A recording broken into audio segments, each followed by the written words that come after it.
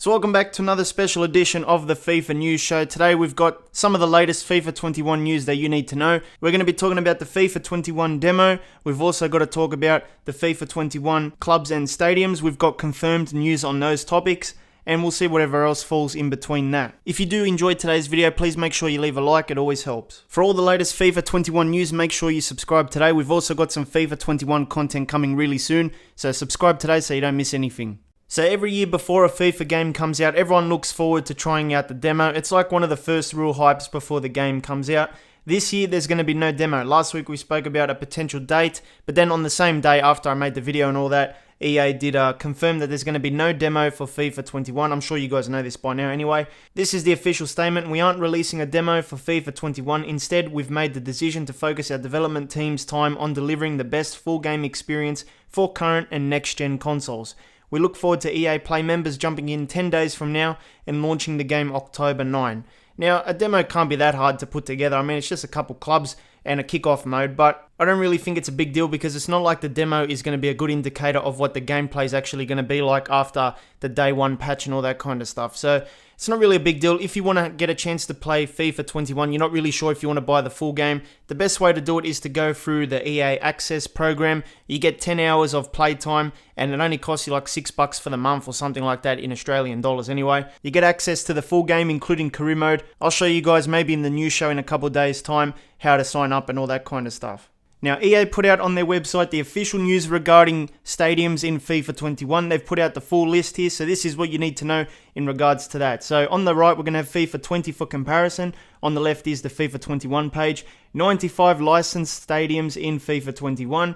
And this is what the little text says here. It says, from Providence Park to the Bentelo Arena and Estadio Nuevo Los Carmenes to Stadion Under Alton. Oh my goodness. FIFA 21 brings you more stadiums than ever before in which to play on PS4, Xbox One and PC. Of course, these will probably transfer over to the new consoles when the time comes as well.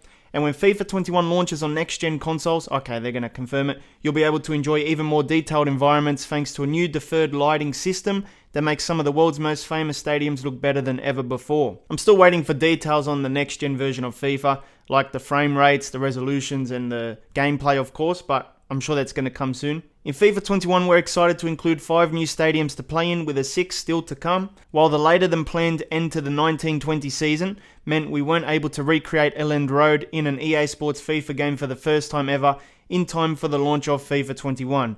We are committed to giving fans the chance to play in all 20 Premier League stadiums, and we'll provide more news on post-launch updates in the future. So the Leeds United Stadium, Elland Road, will not be in FIFA 21 come launch day. You're going to have to wait maybe for a future title update. Don't know when that is, and they'll probably add the stadium in from there. But at the moment, it's not in the game, but they do plan on bringing it in the future. So I'm sure that's ruined a lot of career modes right now. Whether you're at the PSG Stadium, San Siro, Anfield or Santiago Bernabeu, you'll feel the energy and atmosphere of 95 licensed and authentically recreated stadiums from across the globe that immerse you in the world's game. Play in your team's ground in kickoff mode throughout career mode, or add it as your favourite stadium in FIFA 20 Ultimate Team via foot packs or the transfer market. But that's not all. Beyond the spotlight of the stadium, you'll also be able to experience authentic street football in over 20 football playgrounds from around the world in Volta, including 5 new locations: Sydney, Paris, Dubai, Sao Paulo and Milan. That's one of the new stadiums right there. Now here are the stadiums, all of them, that you can use in FIFA 21 at the moment on launch day. So let's compare that quickly with FIFA 20. Now with the Premier League, it looks like it's going to be pretty much the same thing. You know, you're not losing many stadiums, and you also got the promoted team ones, but I think those were in the game already. The only difference is the Leeds United Stadium, Elland Road, like I said, will not be in the Premier League come launch day. They're going to add it in probably in a title update. Don't know when that is. Now for the teams that got relegated from the Premier League, it looks like some of the stadiums have transferred to the EFL. So you've got Vitality Stadium there, and in the Premier League, Vitality Stadium was there. We're not losing anything here, I don't believe. They're just going to get transferred because obviously the teams got relegated and the teams got promoted. So the only difference, Leeds' stadium not in the game come launch day. In the Ligue 1, so this is the French League, we're going to have the same 3 stadiums, no differences there. Groupama, Orange, Velodrome and Parc des Princes, no changes there. Now the Serie A one is interesting because we've lost the stadium here. The San Siro stays obviously because of the new agreement with Milan and Inter. but the Stadio Olimpico does get removed because Roma became an exclusive with PES, which probably means their stadium got transferred over as an exclusive as well. Now Lazio does use this stadium as well, but it looks like it's had no effect on the FIFA license here, so that stadium has been removed now for Roma and for Lazio. Now when it comes to the rest of the world, you've got the two stadiums there, no changes. For the Dutch League, no new stadiums here, just the Johan Cruyff Arena. I don't know if PSV's ones are coming in the future or something. I don't really know what's happening there, but no stadiums at the moment. We've got MLS here. The only new one is going to be Providence Park, which belongs to Portland Timbers. The rest of it is from FIFA 20. And then in the Mexican League, we've got the same stadium. The Saudi Pro League, we've got the same stadiums. In this one, the J League, I think, we've got the Panasonic Stadium once again.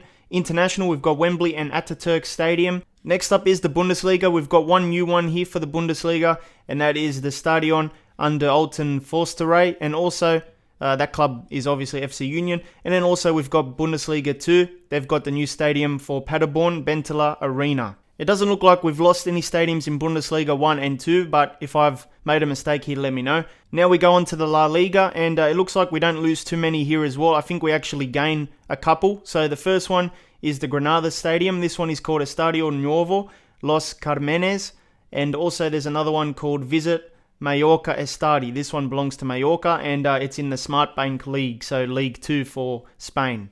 Those are the two stadiums you gain. I don't know if we lose anything here. I don't think so. I haven't really noticed. Now in the FIFA 21 section, we've got the Liga Professional de Futbol. So we've got the Libertadores de America. And there's also the Racing Club 1 Estadio Presidente Perón. And these came in FIFA 20 as well, so they're not really new. And then in the generic section, we've got pretty much the same generic stadiums that you're used to. The new one is Foot Stadium, which is only an Ultimate Team, so you can't use that in career mode or anything like that. And the Switch does not get this stadium as well. But the rest of the generics appear to be the same from FIFA 20. And then in Volta, you've got these ones. Of course, there's 5 new ones like Sydney and all that. We spoke about that earlier. And that's pretty much your official stadium list for FIFA 21. Obviously, they could add more, with DLC during the game cycle. So let's talk about the FIFA 21 clubs. These are the confirmed clubs that are going to be in the game. Now, I've got FIFA 20 on the right there just for comparison if we need it. The first ones are going to come from Argentina. I'm not going to list every club that's available in the game. Obviously, you can, pause or take a look at the list yourself. But you might notice that Boca Juniors is not licensed at the moment. They're still called Buenos Aires like FIFA 20. And they've got asterisks there, which means that it could be like what you're currently experiencing in FIFA 20, the generic kits and all that. But the thing is, apparently in May, it's going to change. So Claudio Chiviello put out a tweet recently that said, in May, the contract with Konami ends. So from May on, you can put the name La Bombonera is already scanned. So it looks like they're waiting for the current deal with Konami to expire before they can change it in the game. Obviously, there's a contract reason there, but the non-renewal is already defined and the new contract with EA has been signed. So we probably have to wait till May to see the full Boca Juniors license in the game. And of course, the stadium as well. Nunes is still one of those clubs with a generic name. I think that's River Plate. When it comes to Australia, everything is alright. Austria, everything is pretty much there as well. Now in Belgium, of course, you're going to get the promoted teams. I think this one is one of them, Beerschot, and also OH Leuven or something. They weren't in the FIFA 20 list. Now when it comes to the Brazilian League, it says, please note Brazilian clubs will launch with generic player names and will not be included in FIFA Ultimate Team. We'll update all FIFA 21 fans about player names when and if information becomes available. They said the same thing last year as well. I noticed that Atletico Go is there.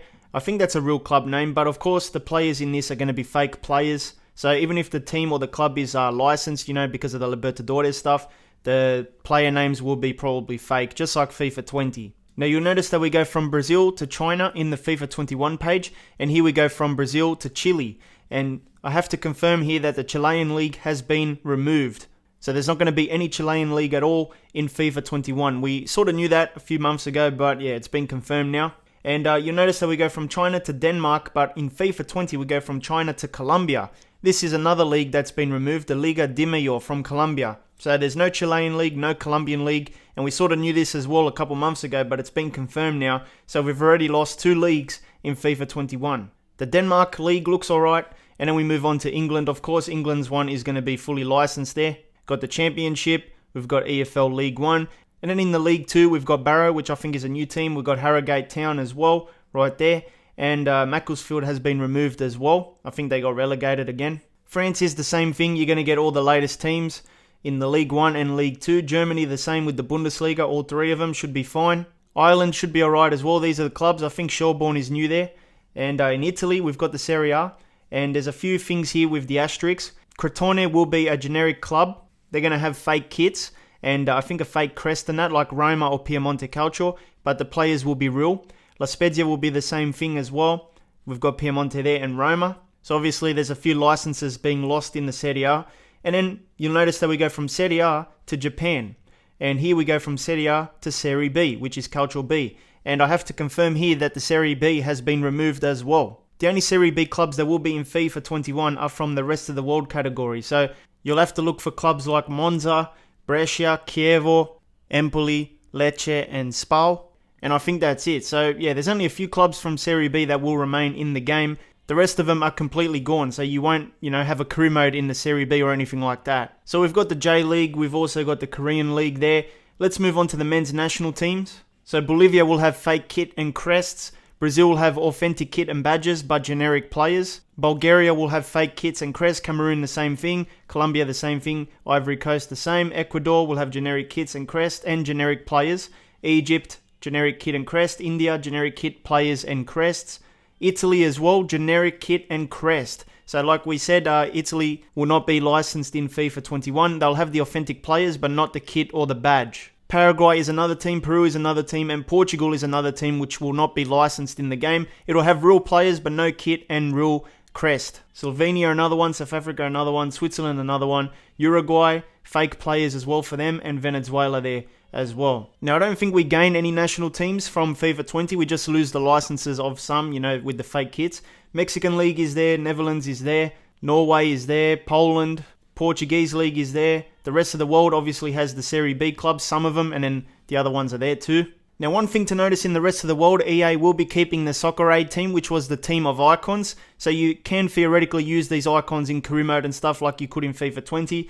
This team will be available in the game on launch day alongside the All-Stars there for the MLS and the Adidas ones as well. So that is good news for the Soccer Aid team. Romanian League is there, Saudi Arabian League is there, Scottish League is there, La Liga 1 and 2 are there as well. Obviously, it will be updated with the teams that got promoted and stuff. The Swedish League, Switzerland League, Turkey, MLS is there, and the women's national teams are there, except for Brazil, which will have like a fake kit and crest and players there. There's going to be Libertadores teams as well, like you're used to in FIFA 20. There's some licensing issues with some of the clubs, and Sudamericana there as well. So whatever team you saw with double the asterisks will have generic kits and crests, but authentic players, unless otherwise noted. And if they had 3 asterisks, it was only available on PC, PS4 and Xbox One. So those were your teams in FIFA 21 confirmed. So I hope you found the video useful. If you need something else to watch, please hit the card in the middle. It'll take you to another video of mine. I'll see you next time.